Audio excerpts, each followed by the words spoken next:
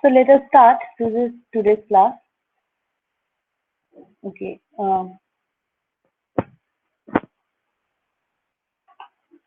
After the previous class, we discussed about the major property of object orientation, that was the inheritance, and super keyword we also discussed about, where super keyword basically uh, is representing the immediate superclass of a particular class in a class hierarchy. Now, today what we'll start, that is the method overriding. Method overloading we already know, where we had multiple same named but different signatured methods present inside a class. Now it may happen like the method overloading you can implement in a class hierarchy also. What I mean to say, if we write,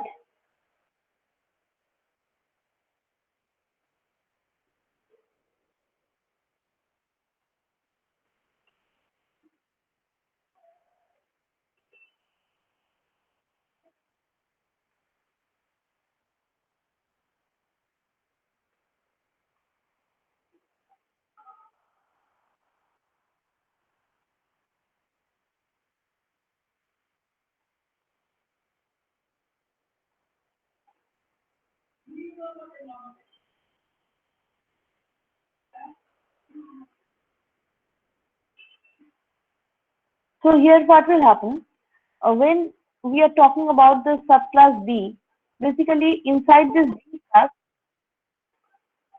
both the versions of the print method will be available. One is from the superclass, another is from the subclass. One is having an integer variable passing through it, another is having a vacant parameter list. So in that case, if you create an object of this B like this, and after that, if you call,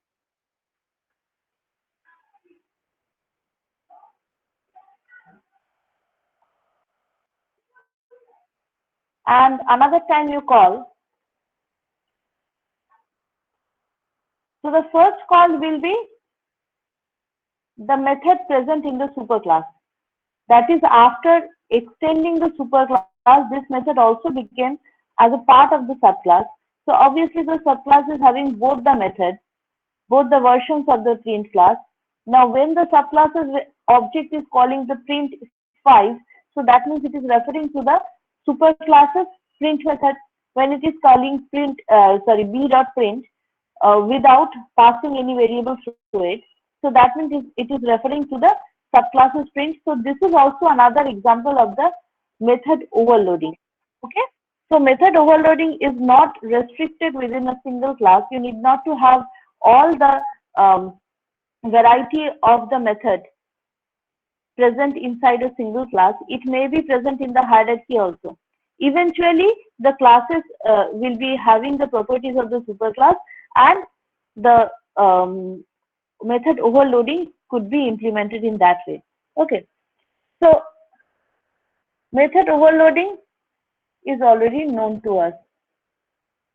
Today we'll start another thing, that is also another version of the polymorphism, and it is the method overriding. In a class hierarchy, when a method in the subclass has the same name and exactly the same signature, so the difference is here. Earlier, for the method overloading, the name of the methods were same, but they were distinguished using the parameter list that has been passed at the time of calling those methods. So obviously, the methods are different using their parameter list. But here, you have the same name, same return type, exactly same parameter list also. So using all these properties, you cannot distinguish between the methods. So in superclass, you have the exact same method. In subclass, you have exact same method, but the implementations of those methods are different. So this is actually called the method overriding. So for example, if you have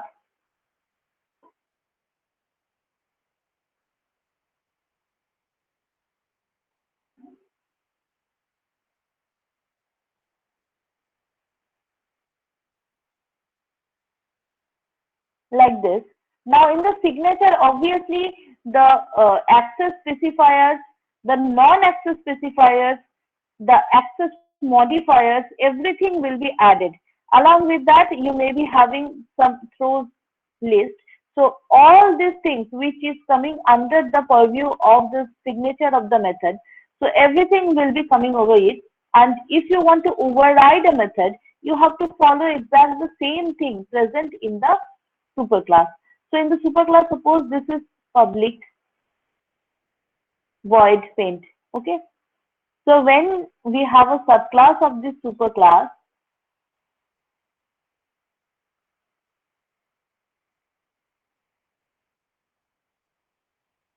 so here also at the time of overriding the method paint, we have to follow exact same signature that has been provided in the superclass.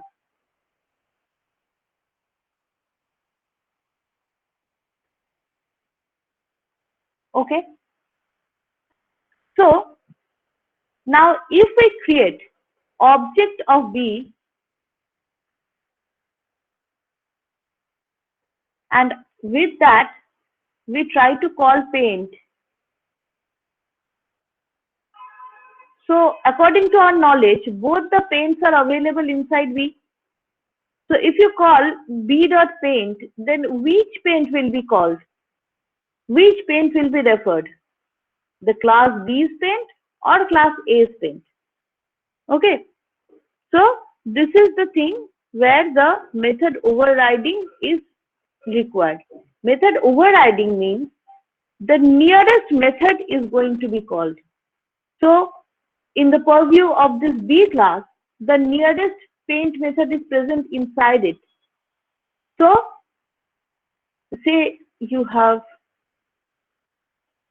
system.out.println B,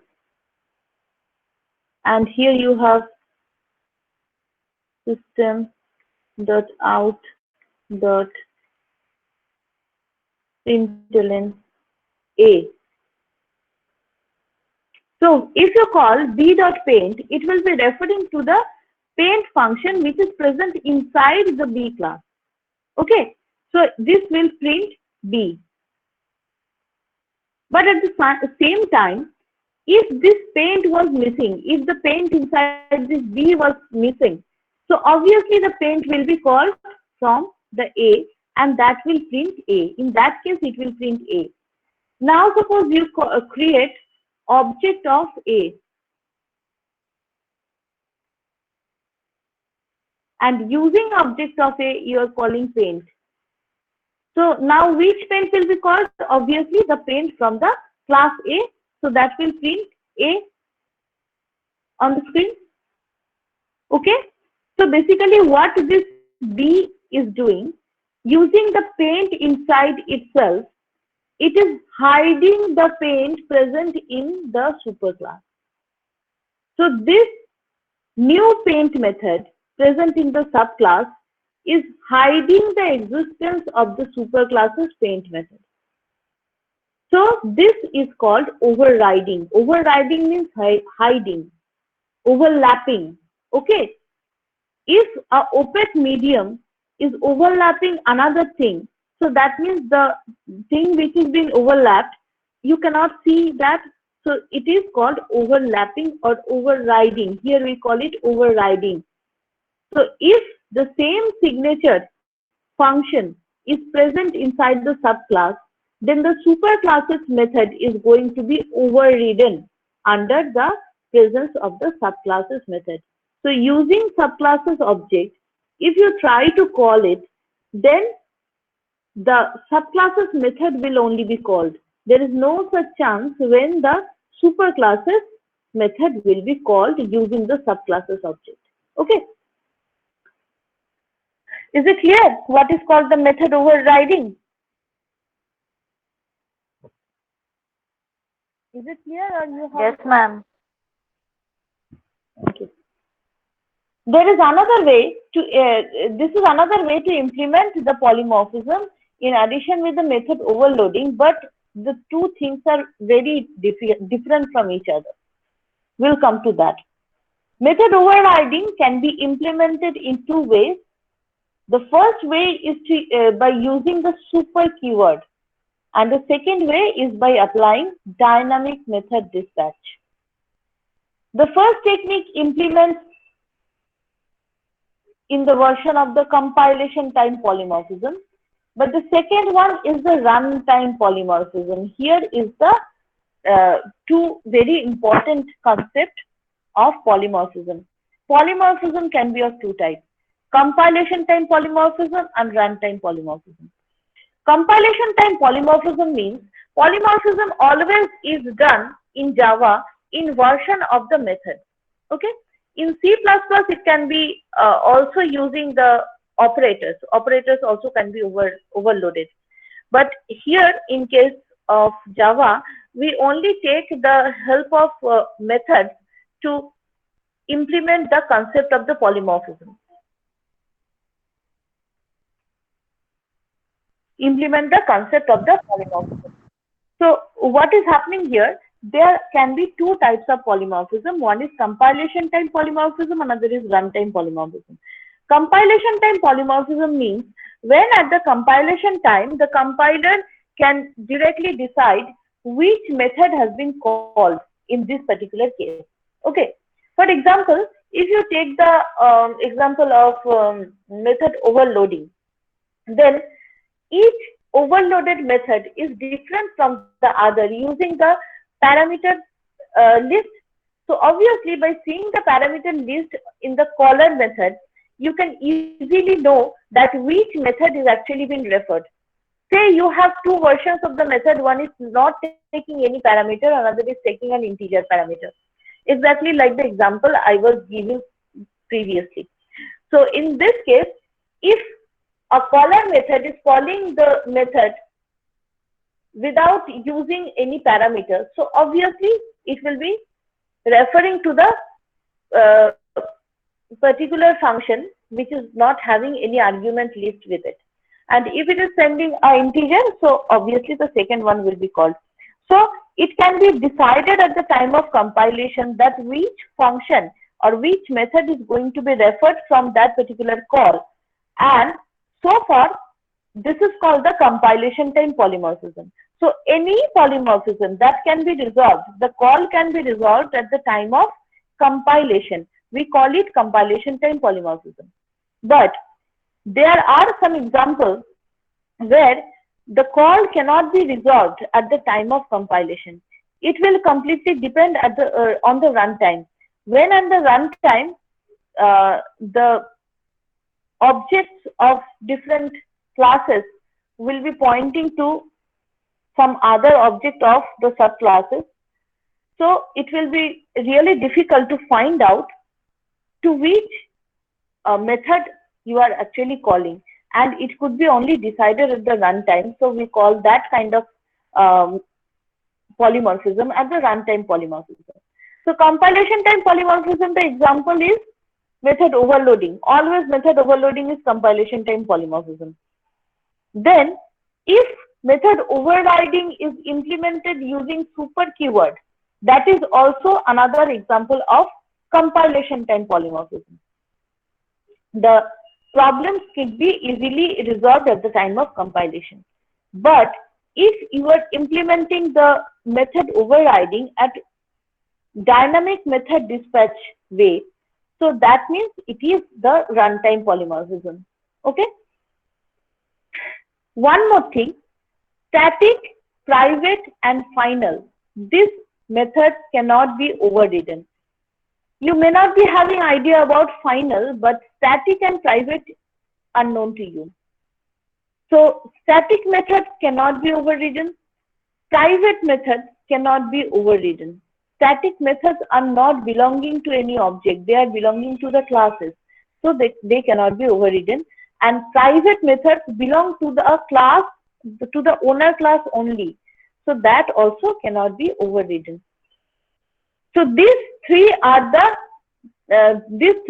types of the access specifiers or access modifiers, whatever you say. So they are restricting overriding. Now let us go for the first type of first type of method overriding, that is using the super keyword. You can see here we have the vehicle class.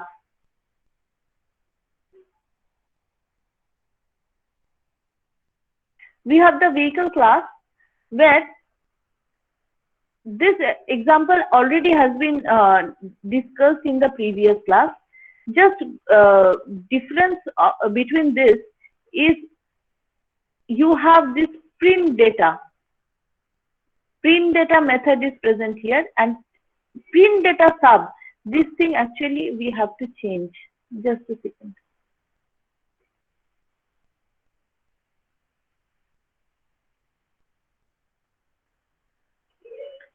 So instead of having the superclass and subclass method distinguished by their name, what we are going to do here, they will be having the same name. This sub and super, these things we are going to drop. All of them will be having the same name. Inside the vehicle class, you are having the print data where you have printed the private variables present inside the vehicle class. And inside the subclass, that means inside the car class, we again have the same print data method. This time the method has been overriding the superclass's print data.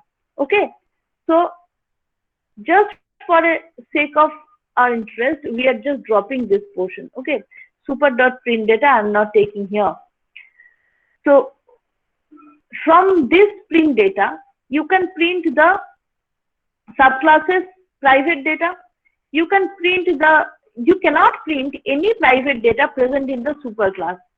So obviously in this way, if we create the object of the subclass, then by just calling the print data, it will refer to the print data present inside the subclass itself. So it will only print the data present in the subclass. Okay. So the sunroof quality of this will be printed from here. Now, if you want the superclasses data also needed to be printed, so in that case, we can use this super keyword to call the print data of the superclass. So if you write super.printData from inside the print data of a subclass, then what will happen? This super.printData will refer to the superclass's print data. It will call the superclass's print data. In that way, basically a hidden print data you are calling from this one. Okay. So eventually, if you call the print data with the subclass object, then first the superclass's print data will be executed from within it, and after that its own statements will be executed. This super.print data you can place anywhere as your requirement. Now it may happen like, say you have class A where you have a print data or print, whatever. In class B, which is extending A, you again have a print data.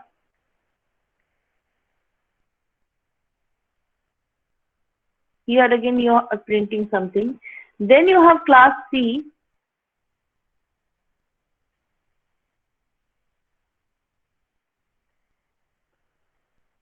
and here you also have a print function.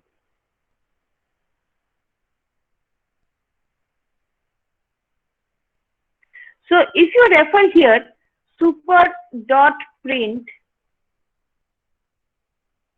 so that will be referring to the immediate superclasses print, means the B classes print. Now from the B classes print, if you again call super.print, so that will call the superclass, immediate superclass means A classes print. So using say you are creating an object of C class outside and you are calling cc.print.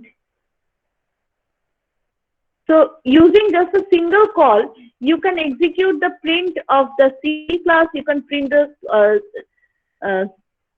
its superclasses print, you can print the immediate superclasses print, means A classes print. So first you will be coming to this particular print, then the super print will be called, so you are moving to the immediate super print. Again super print is called, so you are moving to the immediate super print. So what is present inside this A classes print, so that will be executed. After that you return here, so whatever is written afterwards, so that will be printed. And then if you come back here, so whatever is written inside the C classes print, so that will be printed.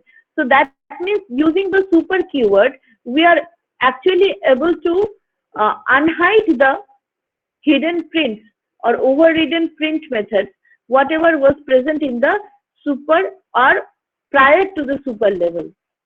Okay. Now this is also done for the constructor call. The super class, when you are using the super keyword for the constructor invocation of the super class, so the thing is actually done immediately in this way.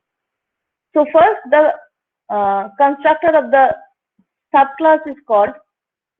From there it is moving to the immediate super. From there it is moving to the immediate super, and exactly it will go at the top level, and the top level constructor will be first executed, then it is going again to the next level. In that way the last thing will be the leaf level constructor that will execute.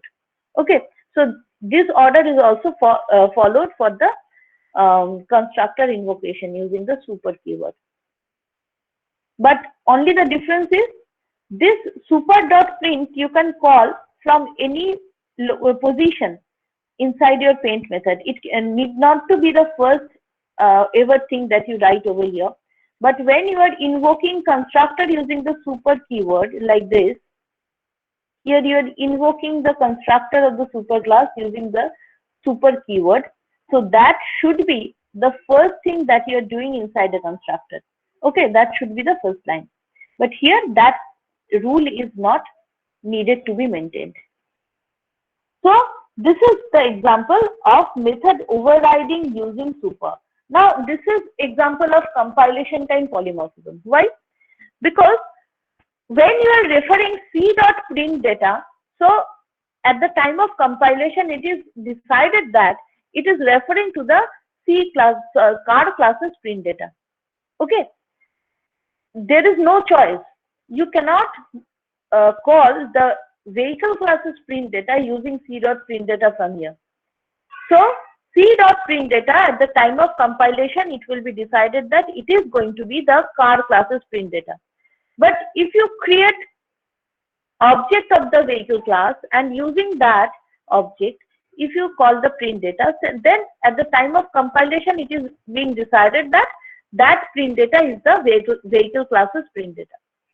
Now from inside the print data of the car class, when you are calling super.print data, at the time of compilation it is again decided the super.print data is the immediate super classes print data, that means the vehicle classes print data. So all these decisions are made at the time of compilation. You need not to wait for the runtime to decide for this kind of a decision. Okay, so this is also another example of compilation time polymorphism. So under the purview of the compilation time polymorphism, we have two cases. One is directly the method overloading. We don't have any other category inside the method overloading. But when method overriding is implemented using super keyword, then it is actually the compilation time polymorphism again. Okay. So this is the output of this program. And naturally, this program already has been discussed in the previous level at the time of giving the example of inheritance. Only the difference was the print data functions were having different names inside the superclass and subclass. Up to then, we have not decided to take the method overriding, which we are taking here. Okay, so only difference was different names inside the superclass and subclass. Now, the next concept of the method overriding is very interesting, and that is the method overriding using dynamic method dispatch. Dynamic method dispatch means it is related with the dynamic binding or runtime binding of the methods. We'll come to that, what is it, but how it is implemented, that is more important. So what we have here, we have a class hierarchy basically. The hierarchy is like, we have a super class named as super, under which we are having a subclass named as sub1 and another subclass, sorry, that is subclass of this sub1, that is sub2.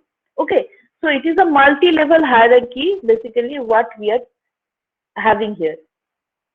Inside the superclass, we have a private variable, integer x, that is a private variable, and this is the constructor of the superclass which is used to initialize the value in this x. So that's it. After that, there is a void test function. This test fn is a function present inside the superclass which is printing from superclass z equal to z. Sorry, from superclass x equal to x. Basically,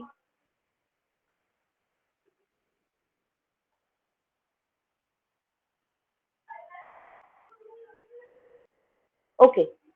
So from superclass x equal to the value of the x. So that is the purpose of this test fn. From there, class sub1 is being derived from the super, which is having its private variable int y. And here you can see sub1 is the constructor of sub1 where two values are passed. Because two values are present in the subclass. One is inherited from the superclass, inherited but unusable, but another is its own private variable. Okay, so to initialize the value in the superclasses variable, you are using here the superclasses constructor in this way. Super and x will be the first value that you are going to send over here. You can change it to y also. That doesn't mean that doesn't differ anything. So just one value you are sending to the superclass so that the superclasses variable can be initialized, and then the second variable we are using here to initialize its own variable or its own value, private value present over here. Now the same test fn is being overridden here, and that is printing from sub1 class, and the value of y also will be printed. Okay, so you can see no super.test fun has been given here.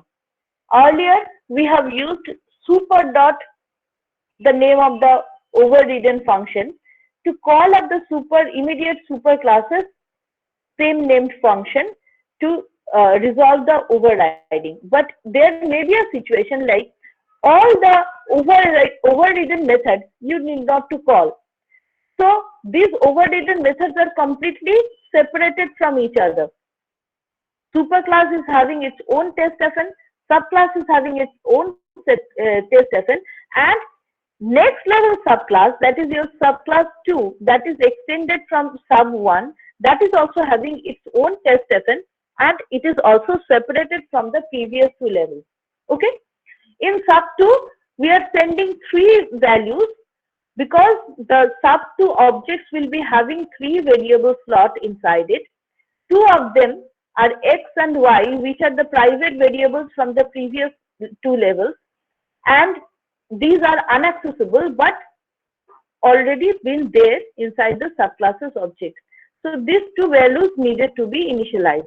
Along with that, the third variable, actually this should be Z.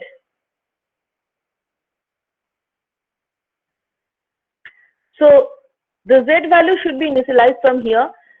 Now, when you call super xy means the immediate super xy two values you are actually sending here.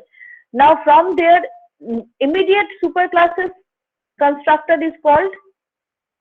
So, step by step, this x is going to the previous level, then it is going to the prior to it, and it will be initializing the value of the x. Then it will come back here, initialize the value of y. Then it will come back here, initialize the value of z. Okay. So first you are going to the topmost level, then step by step you're coming back. Now whatever, after that, this is the driver class where we have the main method, and we are creating a super object, super classes object A, and we are sending the value 100 to it. So what will be the memory implication? A is an object of the superclass, and only one variable is present there, that is x, that will be initialized to 100.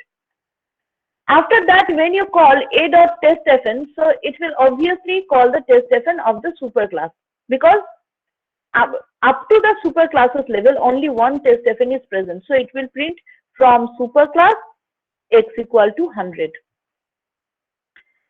Now after that, we are creating objects of the subclass 1 and subclass 2. Subclass 1 object is having the memory implication like the name of the subclass object is B, and we are sending 1 and 2, so obviously the 1 and 2 will be initialized in the x and y. After that, you have a C object, which is the object of sub2. Here we are having 3 slots for x, y, and z.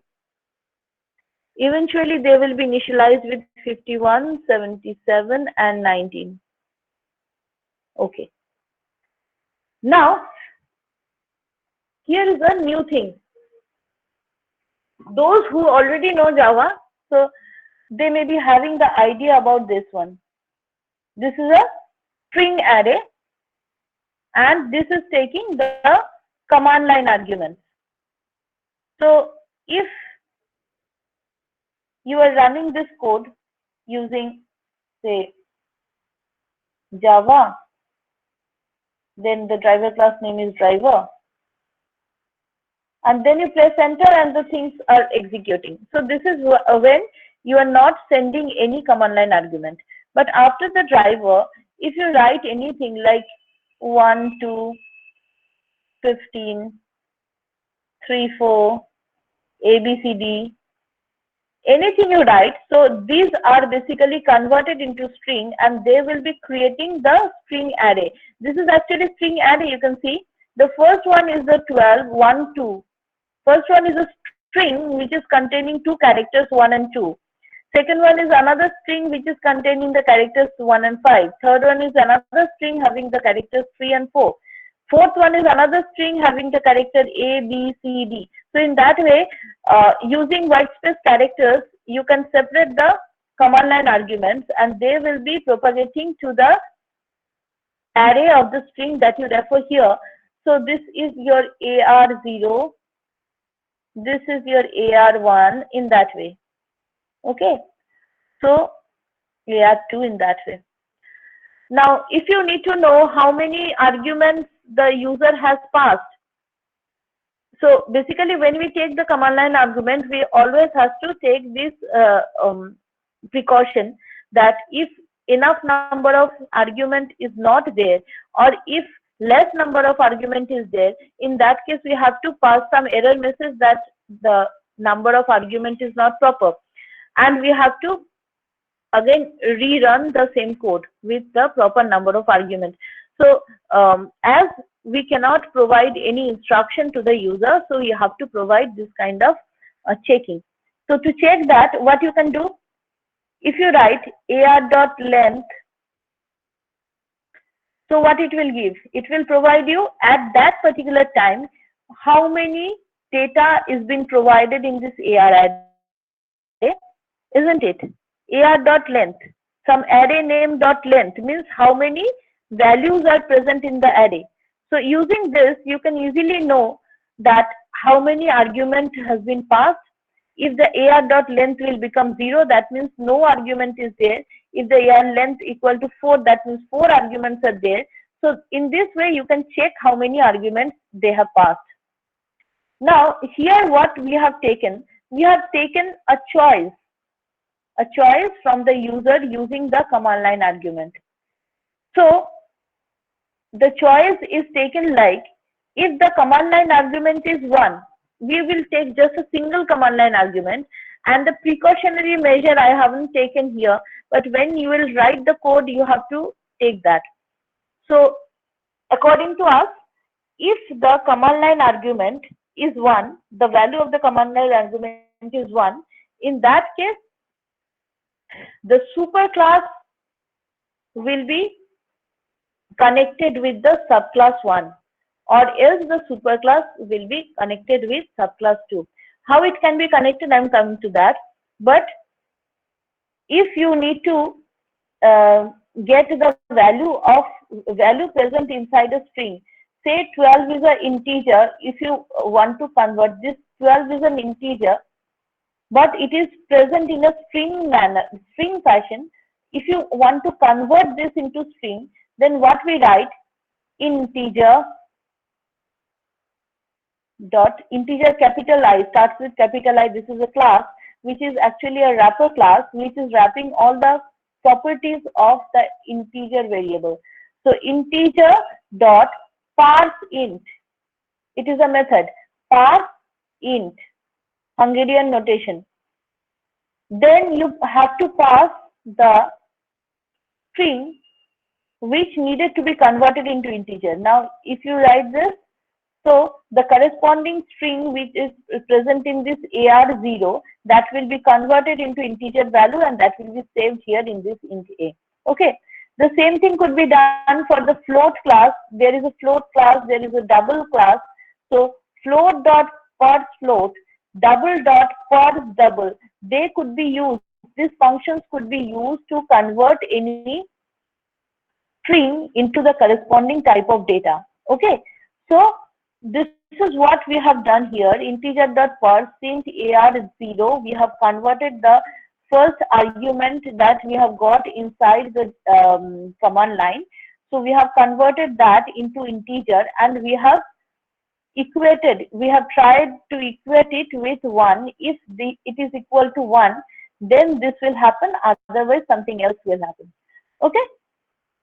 Instead, the AR0 can easily be checked with a string 1. So if AR0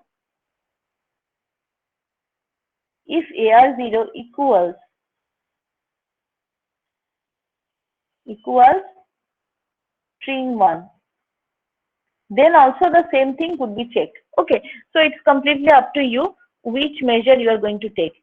Now what is happening afterwards? There is a property in the inheritance where they say that superclasses reference can refer to subclasses object. Superclasses reference can refer to subclasses object. Not only the immediate subclass, but any further level subclass which will eventually come downwards. Okay.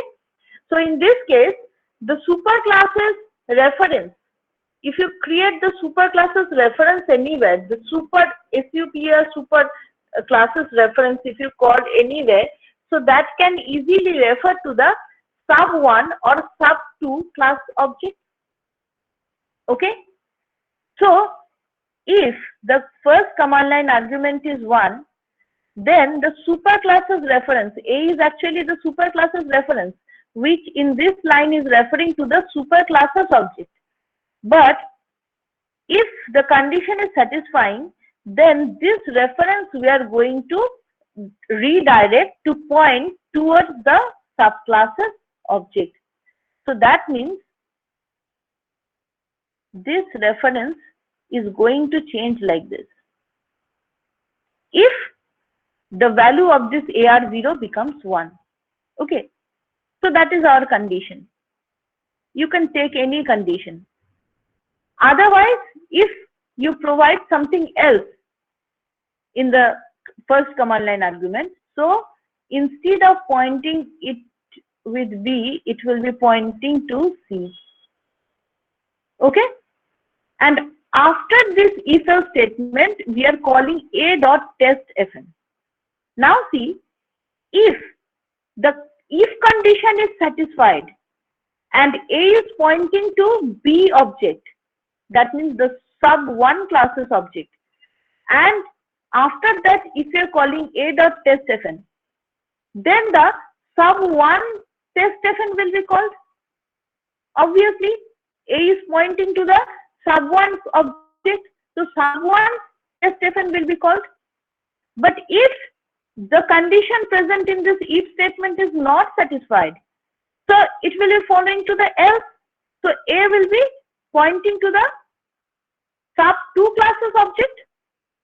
So in that case, what will happen? When you call a dot test fn, that will actually call the sub2 classes test fn. Okay. So at the time of compilation, how do you know to which method this particular call is referring? You cannot know. This is completely dependent on the runtime.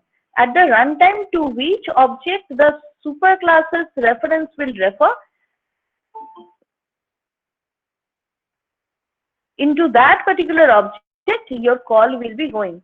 Otherwise, you cannot know which classes function or which classes method is being called here. Okay. This one is called dynamic method dispatch. At the time of method dispatch means with the method you have to bind the object. So that object binding is done dynamically at the time of execution. We know dynamic memory allocation. So that memory allocation happens to be at the time of execution. So here also the binding of the method, the dispatching of the method is to be done at the runtime. So we call it dynamic method dispatch. And this is example of runtime polymorphism. Now for clarification, if you execute in this way, please see what I have written here. The Java driver, then the value is 1. This is the command line argument. When you pass command line argument is 1, that means A will be referring to object B. Object B is an object of the sub1 class. So sub1 classes test fn will be called. That means it will print from sub1 class y equal to, what is the value of y for sub1? 2. So that will be printed. You can come over here. This first printed line is actually from this. Okay. So it is the print statement that you are getting from the superclasses test fn. But afterwards, you can see this a dot test fn and this a dot test fn. There is no difference between these two calls. Just by seeing them, you cannot say to which test fn it is actually referring. Okay. Now, if you come to the second line, it is saying that from sub1 class y equal to 2. That means when you have 1 in the command line argument, the second class is being, sorry, the first sub1 class is being referred by the superclasses reference. But you can see in the second one, at the time of execution, when you are giving something else other than 1. So in that case, A will be referring to the sub2 classes object. So when it will call a dot test fn, that means it will refer to the test fn of the sub2 class. So what we have in this sub2 class, from sub2 class, then z equal to z value is printed. What is the z value? The z value is 19 here. So that is been printed. Again, the first line will be the same. So that line is actually the superclasses testfn. You need not to get into detail of it. It is normal. But the difference is here. Okay. So at the time of execution, this is a very good example where you can prove that at the time, without knowing the time, at the time of execution, without knowing that to which object the superclasses reference is referring, you cannot say that what is going to be the output of this code or which testfn is going to be called. Okay. So this is dynamic method dispatch. Any question? Anything unclear?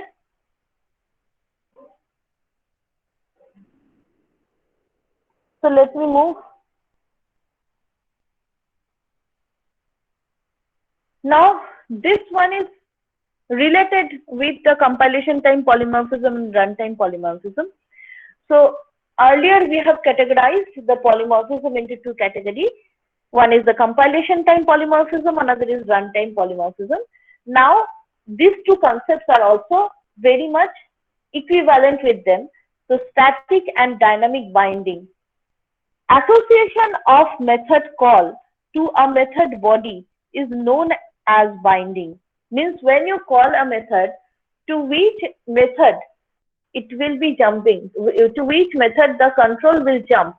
So that association is very much required, and that thing is called the binding. Okay.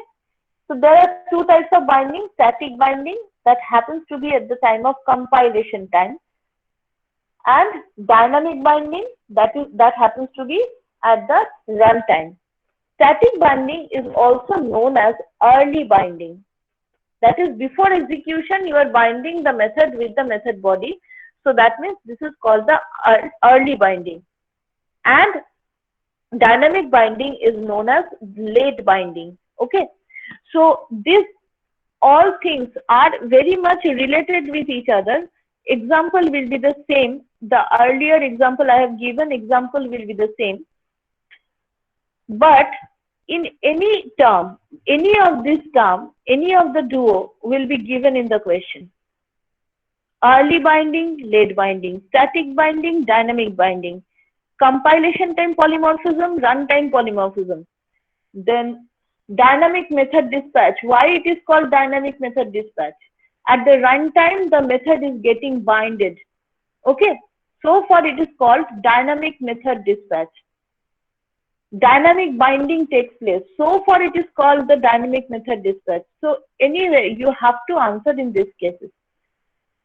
The binding which can be resolved at the compilation time by compiler is known as static or early binding. Binding of all static, private, and final is done at compilation time, as these methods cannot be overridden. At the time of denoting the overriding, I told you the static, private, and final methods cannot be overridden. So as they cannot be overridden, so the binding of the methods, binding of all such methods are settled at the time of compilation. So they are always static or early binding. The binding of the overloaded method is also static. So all the compilation time polymorphism will fall in this category. In dynamic or late binding, compiler doesn't decide the method to be called. Overriding is perfect example of dynamic binding. In overriding, both parent and child classes have same method. So compiler doesn't decide it. Who is deciding? At the time of execution, the Java runtime environment decides that which method is actually called from those lines. Okay. So these are to be performed at the runtime.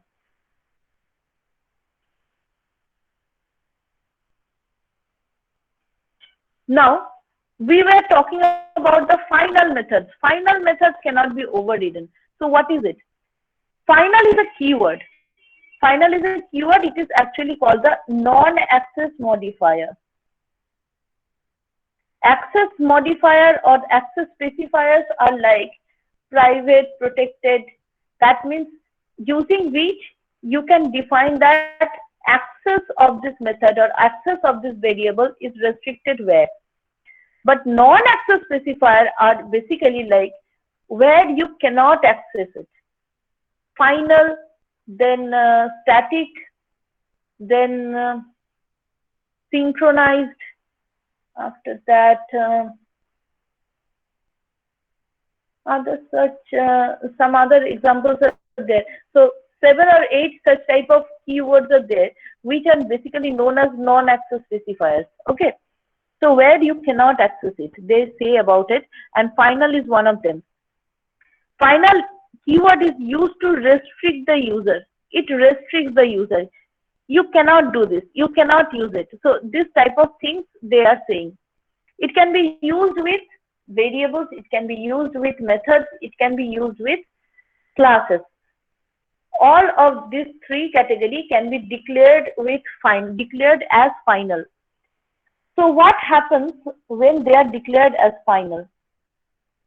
If a variable is a final variable, that means the variable becomes constant. The variable's value cannot be changed. Okay? So if you declare a variable like this,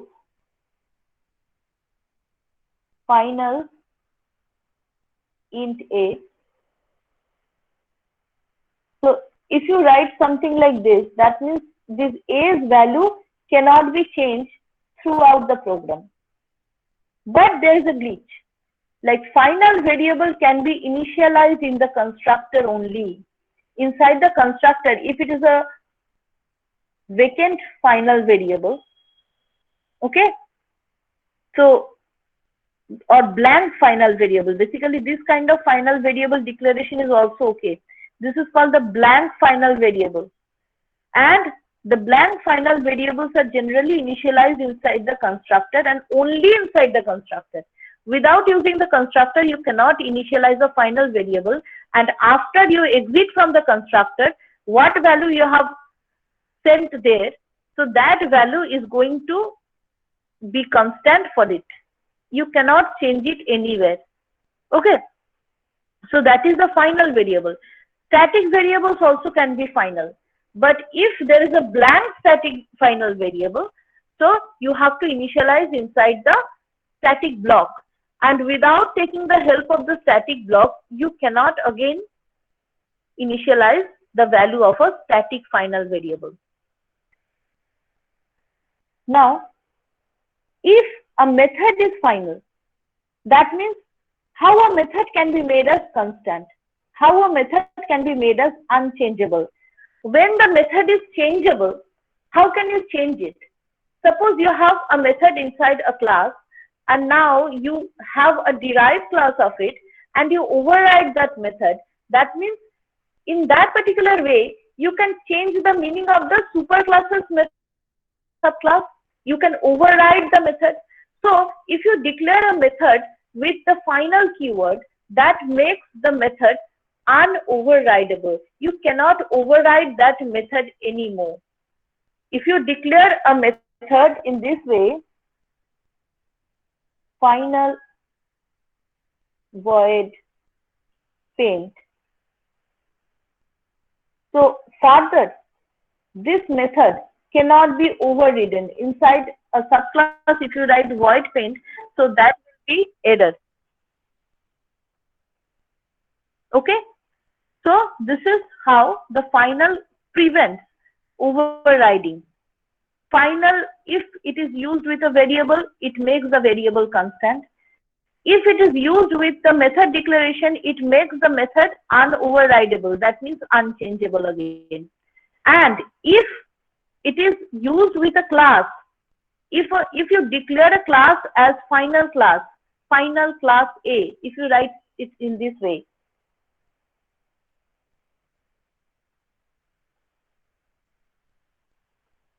then what is the way to change a class? What is the way to update a class?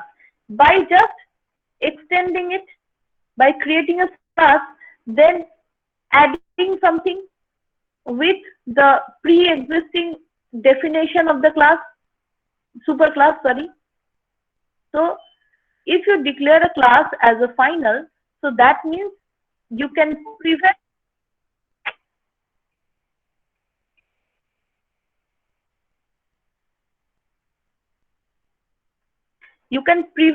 it from inheritance.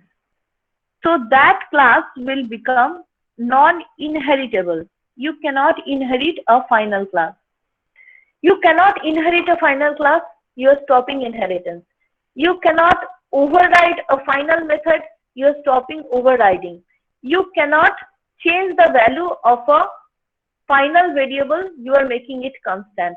So final means everything it is used with will make it unchangeable. You are restricting the user to change the values, change the method, change the classes using the final keyword. Okay. Earlier, another final related keyword you have got. So that was the finalize method. That was not a keyword, obviously. That is a method. Finalize method. Finalize method we have used in the garbage collection. Before the garbage collection executes, the finalize method executes. So finalize is that. Final is this one. Afterwards, you get finally. Yes?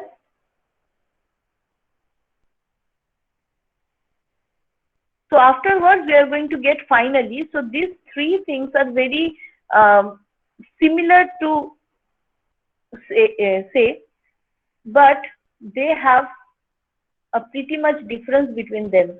Final, finalize, and finally. Okay. Finally, you do not know right now. Afterwards, we will get to that. But final and finalize, the difference is pretty much there. Okay, so we are stopping here. Please answer to the roll call.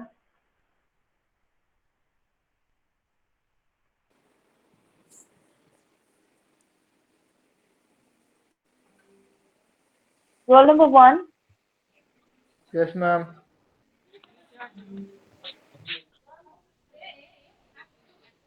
2. Yes, ma'am.